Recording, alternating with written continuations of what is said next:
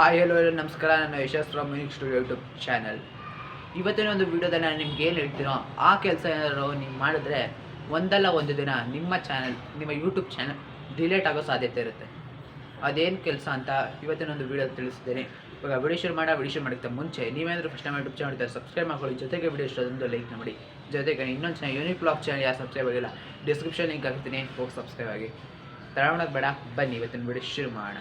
Okay guys, YouTube ಚಾನಲಿ ಏನು ಕೆಲಸ ನೀವು ಮಾಡಬಾರ್ದು ಅಂದರೆ, ಏನು ಕೆಲಸ ಮಾಡಿದ್ರೆ ಯೂಟ್ಯೂಬ್ ಚಾನಲ್ ಡಿಲೇಟ್ ಆಗುತ್ತೆ ಅಂದರೆ ನೀವು ಕೇಳೋದಾದರೆ, ಎಷ್ಟೋ ಜನ ಯೂಟ್ಯೂಬರ್ಸು ಸಬ್ಸ್ಕ್ರೈಬರ್ಸ್ ಇನ್ಕ್ರೀಸ್ ಮಾಡ್ಕೊಳ್ಳೋಕ್ಕೆ ಎಷ್ಟೊಂಥರ ಪ್ರಯತ್ನ ಪಡ್ತಾ ಇರುತ್ತೆ. ಯೂಟ್ಯೂಬಲ್ಲೆಲ್ಲ ಚೆಕ್ ಮಾಡ್ತಾರೆ, ಏನು ಮಾಡಬೇಕು ಅಂತ ಚೆಕ್ ಮಾಡ್ತಾರೆ.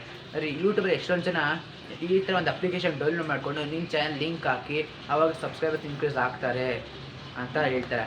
ಆ ಕೆಲಸನ ನೀವು ಯೂಟ್ಯೂಬರ್ಸ್ ಮಾಡ್ತೀರಾ.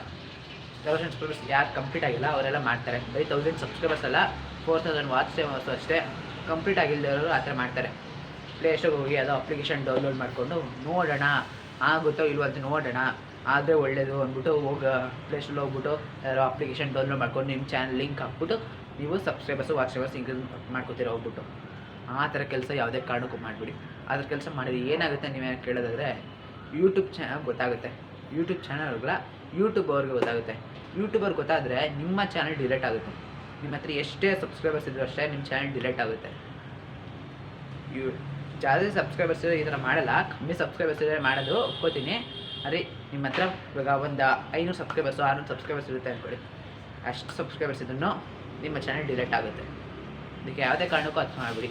ಇದೊಂದೇ ಅಲ್ಲ, ನೀವು ಯೂಟ್ಯೂಬ್ ಚಾನಲ್ ಸ್ಟಾರ್ಟ್ ಮಾಡಿದ್ರೆ ಅಂದರೆ ಯೂಟ್ಯೂಬ್ ಚಾನಲ್ ಕ್ರಿಯೇಟ್ ಮಾಡಿರ್ತೀರಲ್ಲ, ಆವಾಗ ನೀವು ಒಂದು ಇಮೇಲ್ ಐ ಡಿ ಕೊಟ್ಟಿರ್ತೀರ, ಒಂದು ಫೋನ್ ನಂಬರ್ ಕೊಟ್ಟಿರ್ತೀರ.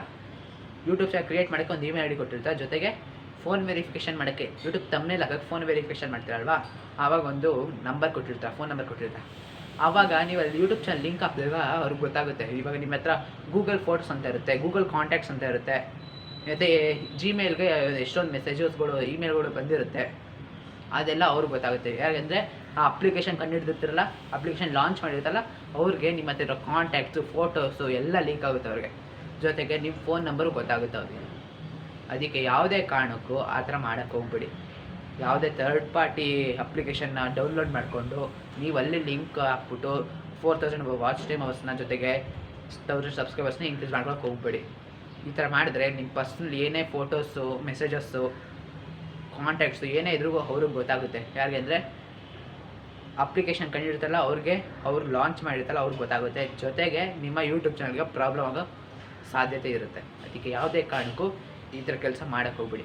ಪ್ರಾಂಪ್ಟಾಗಿ ಮಾಡಿ, ಪ್ರಾಂಪ್ಟಾಗಿ ಜಾಸ್ತಿ ವೀಡಿಯೋಸ್ ಹಾಕಿ, ಕನ್ಸಿಸ್ಟೆನ್ಸಿ ಮೇಂಟೈನ್ ಮಾಡಿ, ಪೇಷನ್ಸ್ ಇರಲಿ. ಆವಾಗ ಯಾವುದೇ ಇದ್ದಕ್ಕಿದ್ದಂಗೆ ಸಬ್ಸ್ಕ್ರೈಬರ್ ಜಾಸ್ತಿ ಆಗ್ತಾ ಹೋಗುತ್ತೆ, 4000 ವಾಚ್ ಕಂಪ್ಲೀಟ್ ಆಗ್ತಾ ಹೋಗುತ್ತೆ. ನಾನು ಅಷ್ಟೇ ಫಸ್ಟ್ ಟೈಮ್ ಸಬ್ಸ್ಕ್ರೈಬರ್ ಜಾಸ್ತಿ ಮಾಡ್ಕೊಳ್ಳೋಕ್ಕೆ ಎಷ್ಟೊಂದು ಟಿಪ್ಸ್ಗಳು ಹುಡ್ಕುವೆ ಯೂಟ್ಯೂಬಲ್ಲಿ. ಆದರೆ ಅಲ್ಲಿ ತೋರಿಸೋದು ಈ ಥರ ಅಪ್ಲಿಕೇಶನ್ಗೆ ಹೋಗ್ಬಿಟ್ಟು ನೀವು ಲಿಂಕ್ ಹಾಕಿ ಅಂತೆಲ್ಲ ತೋರಿಸೋದು. ಆದರೆ ನಾನು ಮಾಡಲಿಲ್ಲ ಆ ಥರ.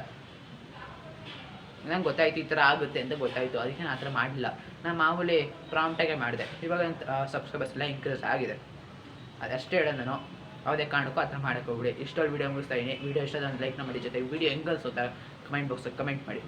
ಮತ್ತೆ ಸಿಗೋಣ. ಎಲ್ರಿಗೂ ಬಾಯ್, ಜೈ ಹಿಂದ್, ವಂದೇ ಮಾತರಂ.